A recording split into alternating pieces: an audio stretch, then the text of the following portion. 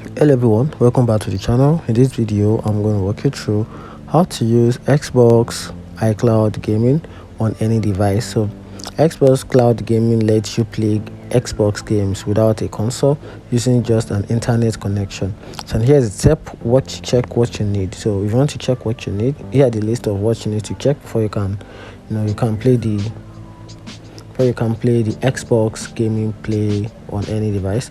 So the first thing is to check if our Xbox Game Pass Ultimate subscription is available, then a compatible device, phone, tablet, PC or smart TV, then also a stable internet connection, at least 10 Mbps, and also Bluetooth or USB controller or touch controller on supported games. And also on the step 2, open your Xbox Gaming Cloud or Xbox Cloud Gaming, then on your device browse to go to xbox.com, which is www.xbox.com/play, then sign in with your Xbox Game Pass Ultimate account.